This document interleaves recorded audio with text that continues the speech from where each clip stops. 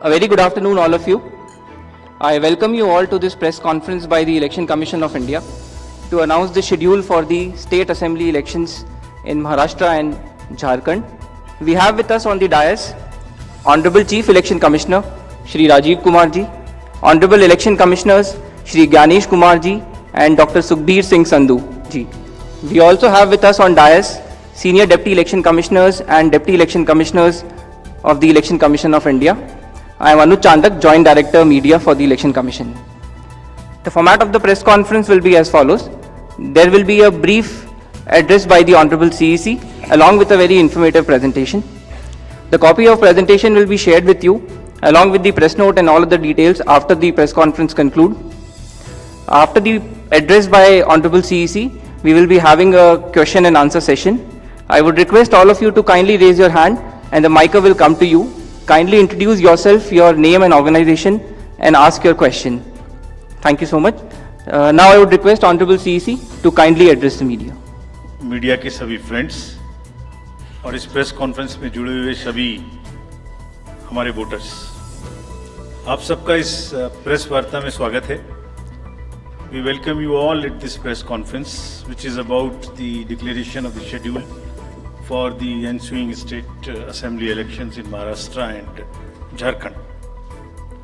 Friends, मैं इस वार्ता को शुरू करने से पहले चुनाव आयोग की तरफ से और आपके माध्यम से सर्वप्रथम हरियाणा और जम्मू कश्मीर के सभी मतदाताओं को, वोटर्स को चुनाव में बहुत ही सशक्त दमदार पार्टिसिपेशन के लिए मुबारकबाद देना चाहता हूं, धन्यवाद करना चाहता हूं. So before we come to the schedule, let me share some basic information about these two states with you. Total districts in Maharashtra 36 with 288 assembly constituencies, of which 234 are general and scheduled tribes constituencies 25 and SC constituencies 29. Term of the assembly of the Maharashtra is ending on 26 November 2024.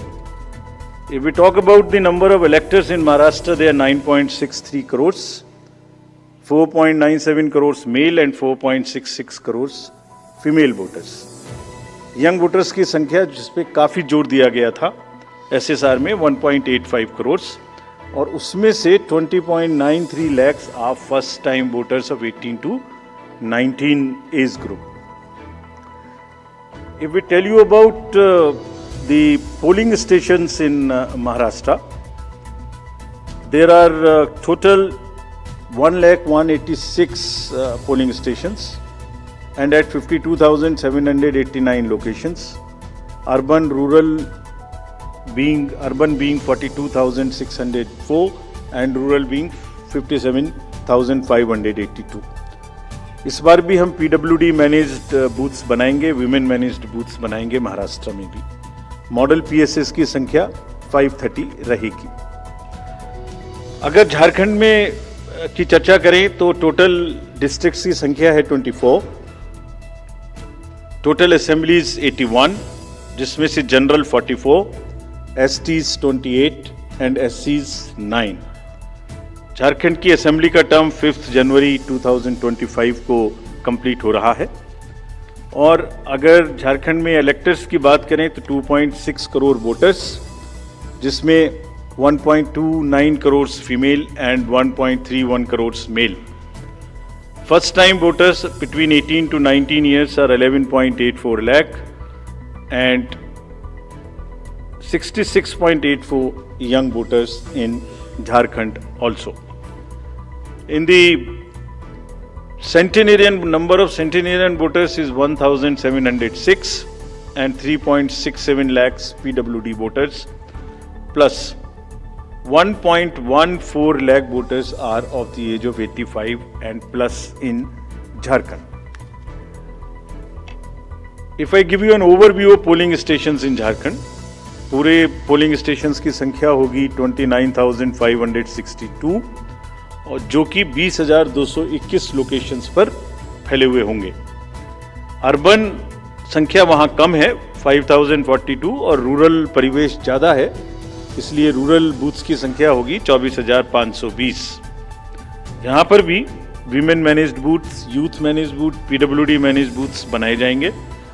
Average voters की संख्या पर booth is 881। Particularly vulnerable tribal groups पे जैसे मैंने पहले भी आपसे चर्चा की है, कमीशन का उनको एनरोल करने के लिए, उनको एम्पावर करने के लिए बहुत एम्फेसिस है। महाराष्ट्र में 3 पीवीटीजीज हैं, कटकरी, कोलम एंड मारियागौंड, और झारखंड में 8 पर्टिकुलरली वल्नरेबल ट्राइबल ग्रुप्स हैं जिनकी आबादी 1.78 लाख है। उसमें असुर, बिरोर, मालपाड़िया, पहाड़िया, सौर्या, पहाड़िया, बिरजिया, कोवार एंड सावर, इन सबका लगभग 100% एनरोलमेंट इलेक्टरल रोल में किया गया है। सभी डीओज ये कोशिश करेंगे कि जो भी बूथ्स इनके यहाँ बने वो एक बहुत सहज इनके ही परिवेश में बने और इस तरह की स्वीप एक्टिविटी करें कि वो सबके सब अधिकतर मात्रा में अपने मतों का प्रयोग कर सकें। मैं फिर से रिपीट करना चाहता हूं कि सभी पोलिंग स्टेशंस पे एश्योर्ड मिनिमम फैसिलिटीज होंगी। पिछली बार मुंबई शहर से कुछ ऐसी इंफॉर्मेशन या शिकायतें आई थी कि वहां पर कुछ बूथ्स पे ज़्यादा पोलिंग स्टेशंस एक जगह होने की वजह से प्रॉब्लम थी। इस बार हमने रिव्यू में बहुत ही सख्त हिदायतें दी हैं, उनको रिव्यू किया है, रेशनलाइज किया गया है पोलिंग स्टेशंस को। तो हम उम्मीद करते हैं डीओज विल वर्क, और वहाँ इस बार म्युनिसिपल कमिश्नर मुंबई को डीओ भी घोषित किया गया है ताकि जितने रिसोर्सेज उनके पास हैं उन सबको वो उसमें इस्तेमाल कर सकें। एक और व्यवस्था की गई है जो हम पीछे से कोशिश कर रहे थे, अब हमने उसकी इंस्ट्रक्शंस भी इशू कर दिए हैं कि पोलिंग लाइन जब लगती है तो उसमें लाइन के बीच में भी थोड़ी कुर्सियां या बेंच लगाएं, ताकि अगर आधा घंटा लग रहा है तो बीच बीच में कहीं ना कहीं 5-7-10 मिनट के बाद आप 2-3 मिनट के लिए बैठ जाएं तो थोड़ा अच्छा लगता है, मतलब थकान थोड़ी कम महसूस होती है, खासतौर से बुजुर्ग लोगों को। तो ये व्यवस्था भी सब पोलिंग स्टेशंस पे रहेगी। Friends, if I come to the next, ease of voting for senior citizens PWDs, this will be followed. You have all the experience of the pan-India coverage of facilities for the persons with disabilities and senior citizens. Her senior citizen जो 85 years से ऊपर हैं उनको घर से vote देने की सुविधा उपलब्ध रहेगी। फॉर्म 12D वितरित किए जाएंगे सबको, और जो भी उसको भर के देते हैं उनके पास में हमारी टीम वोट लेने जाएगी और जाने के समय में सभी कैंडिडेट्स को लिखित में उस रूट चार्ट का और उस जगह की सूचना देगी ताकि वो साथ में एकम्पनी कर सकें और उनको ऐसा महसूस ना हो कि किसी के घर पर किसी ने प्राइवेसी ऑफ द वोट को नहीं मेंटेन किया। They are entitled, they are welcome to participate and go along with the polling parties to the houses of the senior citizens and PWDs. और पूरी जो व्यवस्था है उसकी videography of course goes without saying will be done so that there is a foolproof record. वैसे भी पूरे चुनाव में आप जानते हैं कि कोई भी प्रक्रिया ऐसी नहीं है जिसमें वीडियोग्राफी ना होती हो, जिसका रिकॉर्ड ना रखा हो, सो दैट जहाँ पर कैंडिडेट्स पार्टिसिपेट ना करते हो और जहाँ पर वीडियोग्राफी ना होती हो। So every process of this can always be checked and seen. जैसे क्रिकेट में एक्शन रिप्ले होता है, तो अगर वहाँ गेम के समय एक्शन रिप्ले नहीं हो सकता तो बाद में हर जगह हर प्रोसेस की वीडियोग्राफी को देखा जा सकता है। इसी प्रकार से जो नेक्स्ट अगर मैं आपको बताऊं तो जो टेक्नोलॉजी है उसका हम फिर से बहुत यूज़ करेंगे। वोटर हेल्पलाइन ऐप में सभी वोटर्स अपनी सारी डिटेल्स देख सकते हैं, वो कहाँ मतदाता सूची में कहाँ नाम है, कहाँ फैमिली टुगेदर है, कहाँ उनको पोलिंग स्टेशन है, वो सब चीज़ देख सकते हैं। C vigil of course we have been very enthused. जैसे लास्ट पार्लियामेंट्री इलेक्शन में हमारे 10,000 करोड़ के सीजर्स हुए, जैसे मैंने अभी बताया J&K एंड हरियाणा में भी रिकॉर्ड सीजर हुए। We are sure that in Jharkhand and Maharashtra also the voters the enlightened voters will inform us on cVIGIL about any malpractice which they notice in their area and we will reach there in 90 minutes to handle it. सभी candidates जिनकी criminal background है उन्हें अपनी सूचना देनी पड़ेगी 3 बार papers में, और सभी voters as a matter of right can see on our app which is KYC Know Your Candidate. हमने जो मीटिंग्स, मैं आपको सिर्फ सारांश में ये बताना चाहता हूँ कि जो मीटिंग्स हमने झारखंड और महाराष्ट्र में की, तो डीओज स्टेट एजेंसीज को बहुत ही सख्त हिदायतें दी हैं। मतलब बहुत ही सख्त मीन्स बहुत ही सख्त, कि वो हर तरीके से फ्री एंड फेयर इलेक्शंस कराएंगे, हर तरीके से लेवल प्लेइंग फील्ड को एस्टेब्लिश करेंगे। उनको ये स्पष्ट बताया गया है कि किसी भी पदाधिकारी के विरुद्ध अगर ऐसी सूचना आती है और ये प्रमाणित होता है कि उन्होंने कोई भी कार्य ऐसा किया जिससे लेवल प्लेइंग फील्ड डिस्टर्ब होती है, एक पार्टी को पक्ष एक पार्टी को नुकसान, तो very stern action will be taken against them. This has been very very clearly told to everyone. किसी भी तरीके का प्रलोभन, वही 4 M's जो पहले हमने बात की थी, मनी का डिस्ट्रीब्यूशन, फ्रीबीज का डिस्ट्रीब्यूशन, शराब का डिस्ट्रीब्यूशन, ड्रग्स का distribution will all be under strict watch. All airports, all landings of the aircrafts in the field will all be checked. There would be extensive polling, the checkposts on the borders of the interstate for checking interstate movement.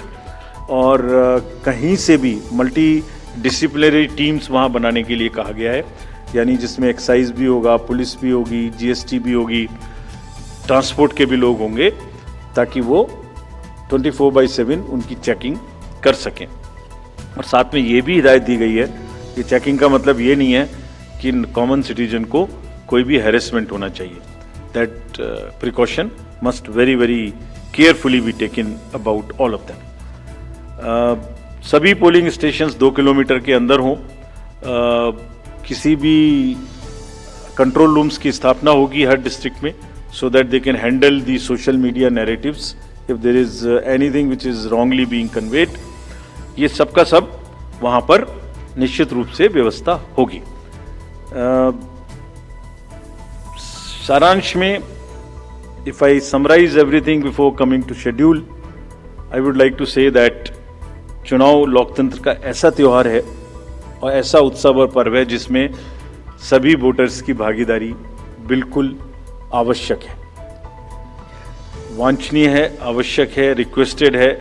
We appeal to everyone to come and vote in large numbers in these elections also. साथ ही सभी राजनीतिक दल, सभी candidates से भी अनुरोध है कि पूरे नियमों का पालन करते हुए कैंपेनिंग के दौरान निर्भय होकर कैंपेनिंग करें। लेवल प्लेइंग फील्ड एस्टेब्लिश करना हमारा काम है, लेकिन उसको वायलेट ना हो, उसमें कोई एक्सेसेस ना हो, ये उनका भी काम है। Now I come to the schedule for Maharashtra. This will be in single phase. The notifications, date of notifications are in front of you. 22nd October would be date of notification. Last date of making nomination would be 29th October.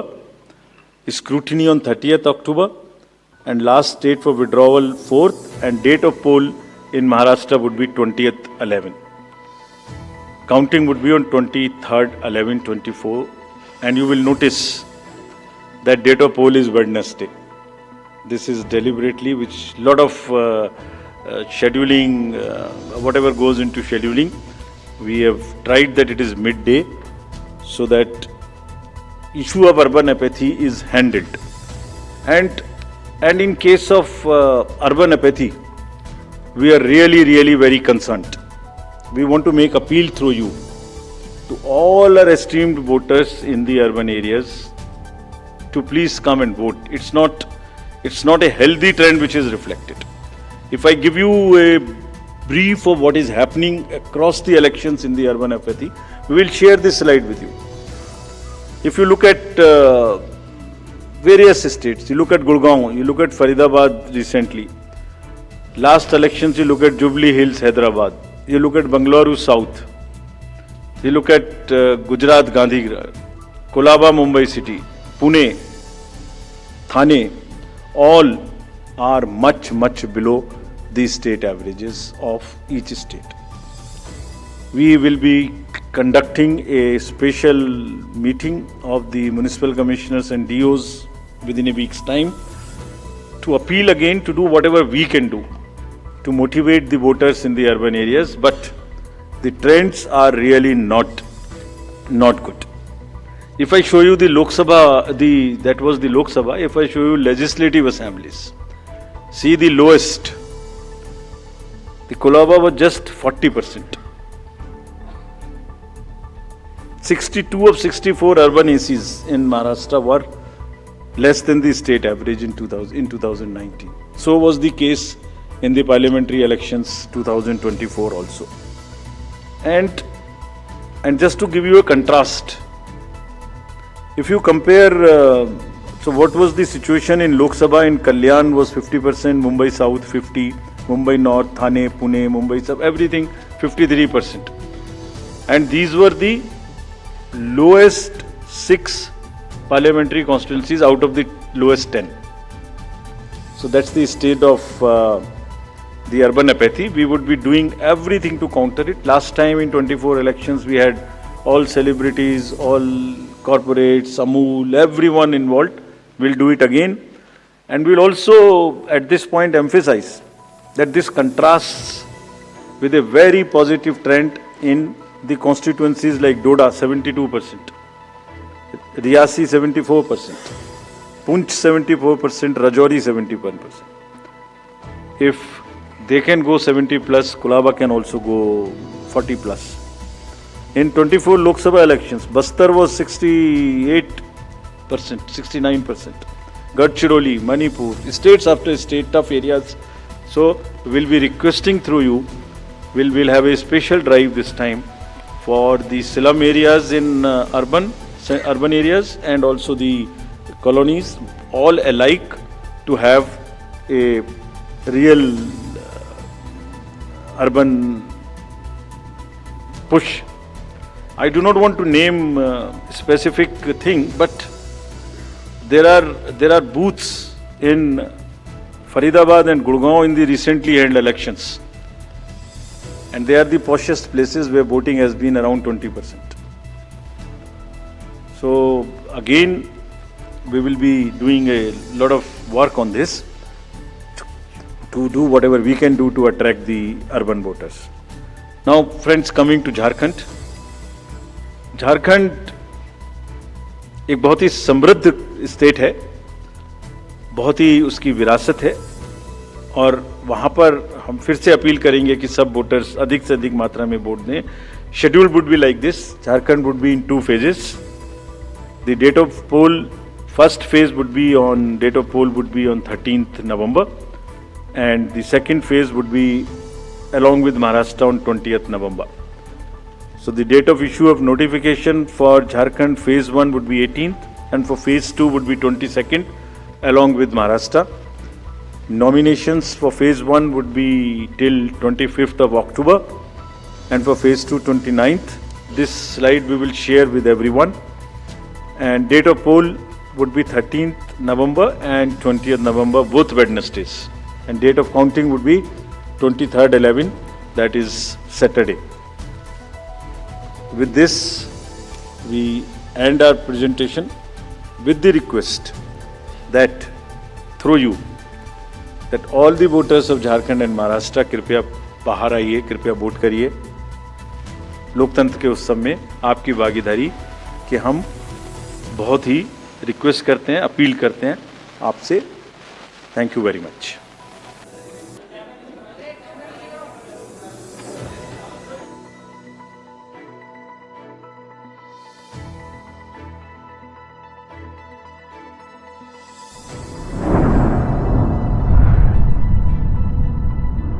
अतराफ TV, हर बात सच के साथ.